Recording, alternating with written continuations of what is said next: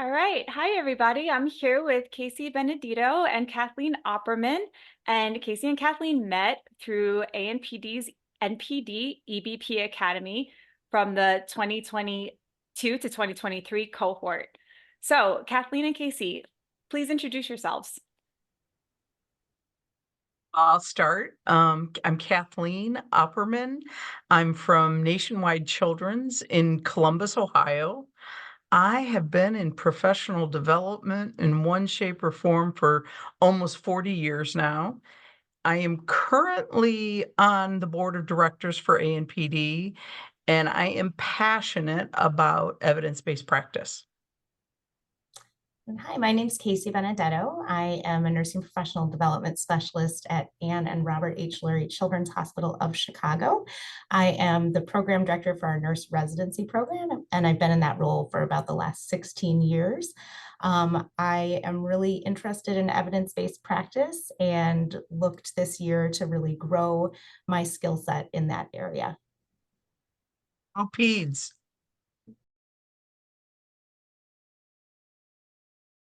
What impact do you feel EBP makes on nursing care? Let me start with that one. In organizations with support for sustainability of practice change, I see EBP making extraordinary improvements for patient outcomes and the experience of nurses and the entire staff. The challenge is that support, and that support, it can't just be words. They have to show up. And, the leadership at all levels have to have a running knowledge of it and clear the way for the practice change, the granting of indirect time so that people can do these impactful projects. Skilled EVP mentors. So you have to have people in your system who can mentor, committee structures that expedite changes, library resources, and definitely a mechanism for sustainability. If that kind of infrastructure is in place in an organization, real impact will occur from EBP. The challenge is that infrastructure.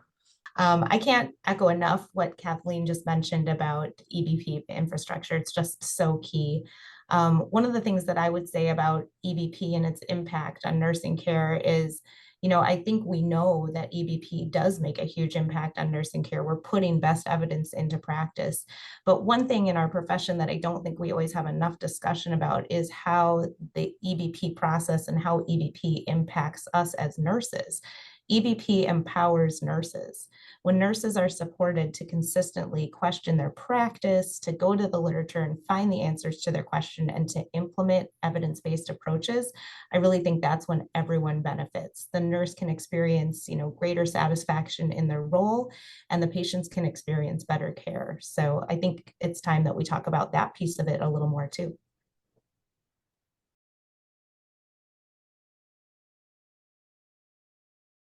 I feel incredibly fortunate to have been paired with Kathleen as a mentor through this academy. Not only is she an expert in EBP, but I feel like we speak the same language when it comes to nursing professional development. She's a person that I can be collegial with, but also learn from, bounce ideas off of. And I feel like I've only grown from having her in my professional life. And I really look forward to continuing our relationship even after the academy is over. I love that. What does mentorship mean to you? Casey, do you want to start? Sure. So the first two words that come to mind when I think about mentorship are really growth and connection. And I think that growth could be my own personal growth if I'm being mentored, or it could be fostering growth in another person that I'm mentoring. I think both roles rely on such a tremendous sense of connection that one either feels to the topic, to the other individual in the relationship, or most oftentimes both. And I'm just such a strong believer that everyone should seek out mentors during their career, and that everyone also has something to offer as a mentor to others. How Hmm, about you, I Kathleen? I think I would add on the mentor side of it, because I have a long career, and I'm doing more mentoring these days, that mentorship is an opportunity to share my experiences in hopes of helping others grow. As teachers, one of our greatest rewards is witnessing that spark, that solving of a problem, that skill or critical thinking or IPR development in others. And being a mentor allows you to see this evolve over a year. It's a great experience. And so one of the things when I took over facilitating the EBP Academy that I thought was just magical was trying to match participants and mentors who had similar trajectories or experiences or work practice settings. And it sounds like it was a great match for the both of you. And so how did that help the success of your EBP Academy experience? Yeah, I can speak to that. So I was really fortunate to get paired with Kathleen, and having a mentor throughout this process has just been absolutely essential. I've learned so much from her expertise. This is really the first time I challenged myself to apply the concepts of EBP into a project of my own. So I appreciate having, a really knowledgeable mentor to guide me through that process. And what's been even more wonderful than kind of honing my own skills in EBP has been just all the collegiality and the idea generation that happens every time we meet. So Naomi, you just mentioned when you're, pairing up mentors, sometimes it can probably be really difficult and just not knowing everybody's background. But I think this was definitely, a great match for us. I think right off the bat, we're both pediatric people, so we get that aspect of it. But Kathleen has such a long history in nursing professional development, and really almost my entire career as a nurse has been in nursing professional development. So it's just really great to hear how she's navigated that through her long career, and helps me look forward to what I might do next in NPD.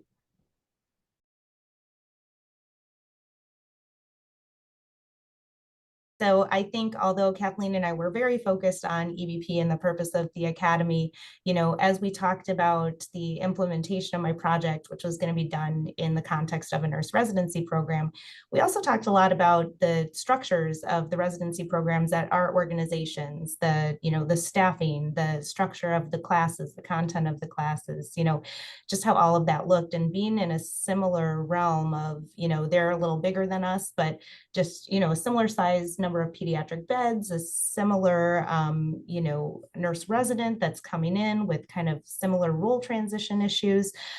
All of that really fed into our conversations, and it was really, really helpful. She just knew where I was coming from, and I could learn a lot about what another organization was doing as well. Kathleen, what role do you think a mentor plays in helping the NPD practitioner develop all of the roles within the scope and standards? I can tell you this, that I wish I had had a mentor in those early years for my role as an educator.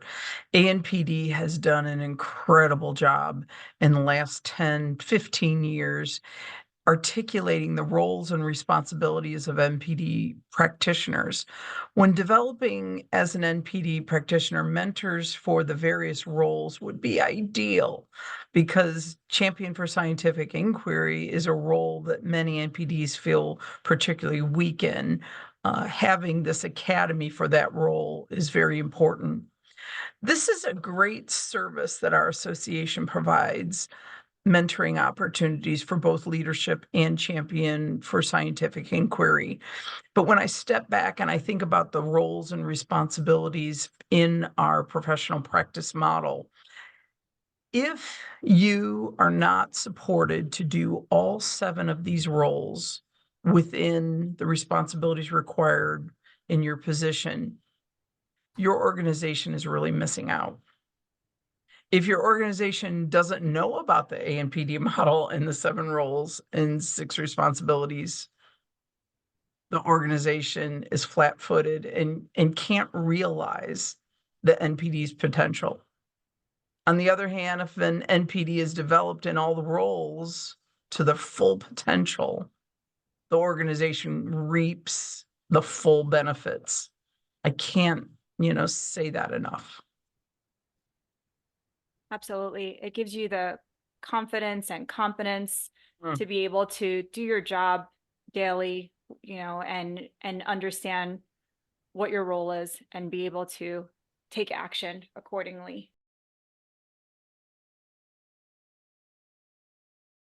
Yeah, absolutely. So I would say that when opportunities present themselves, just take them. I was fairly early on in my career when my first opportunity to get into NPD presented itself, and I got some good advice about, these jobs don't come along very often. So if it's something you want, go for it. You won't always feel ready for that next step, but sometimes the next step's ready for you. And I would tell myself your career is long, and oftentimes it's also not linear. So don't be afraid to take those, detours along the way, and they might lead to something great. Absolutely great advice. Kathleen, any advice for an NPD taking on a new role, like we explained one of the 7 roles?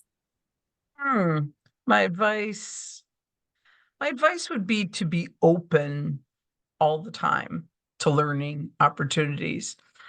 I've been in professional development for nearly 40 years, and so I could easily say, been there, done that.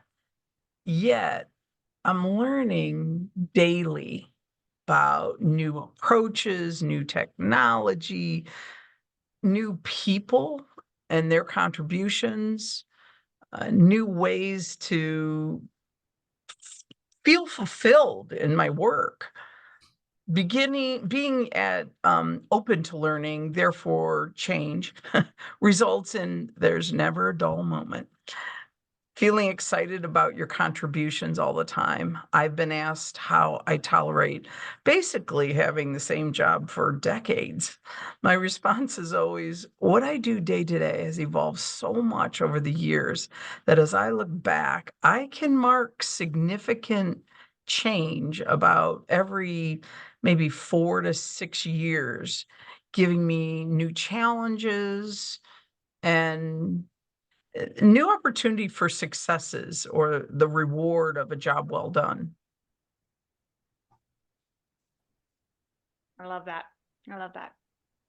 What benefits have you gotten from being a mentor? Well, the biggest draw for me is that witnessing of growth in the person that I'm mentoring. Uh, Also, mentoring an ANPD member from another organization, usually another part of the country, opens my eyes to experiences of others who typically have my same challenges, and that peer-to-peer discussion, as Casey and I both have said, is very rich. That usually stimulates ideas for me in my own work. On top of all that, I have another NPD practitioner in my network to tap for future projects. So be tuned in, Casey. It's coming. Who doesn't say no to opportunities, right? Yeah, there we go. I heard it. It's recorded. And I said yes. And Casey, so from your experience as Kathleen's mentee, what would you say to someone, considering being a mentor or looking for a mentor? Yeah, this is something that I think is really important and has really impacted me in a big way. And in a lot of mentoring relationships and even in initiatives we've tried to start at our organization, I've actually felt that the onus is often on the mentee, the person being mentored, to seek support of the mentor. But I think that it's really helpful and really impactful when the mentor is somebody that can reach out and almost invite somebody into that mentoring relationship. And the mentor should really consider the impact that that invitation into the relationship will have on the mentee. So ANPD has certainly provided a forum for these connections specific to the roles of leadership and champion for scientific inquiry through the academies. It's such an incredible benefit that I've been a beneficiary of.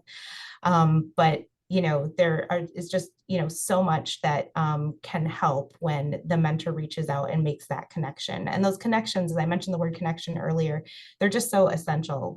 We all have our busy professional lives, but when somebody really reaches out, makes that offer to take you under their wing, I think that's what I would say to someone considering mentoring. And so would you consider being a mentor in the future for Yeah, one of the ANPD academies? absolutely. I would consider being a mentor in the future. I would welcome the opportunity. I think ANPD's programs provide such excellent opportunities for all of us to develop in our roles. And I would love to be a part of that, whether it is, growth for myself in my own role or offering growth to another. And oftentimes, and I think everyone that's mentored would say this, oftentimes the mentor, you seem to learn more than the person that you're mentoring often. So.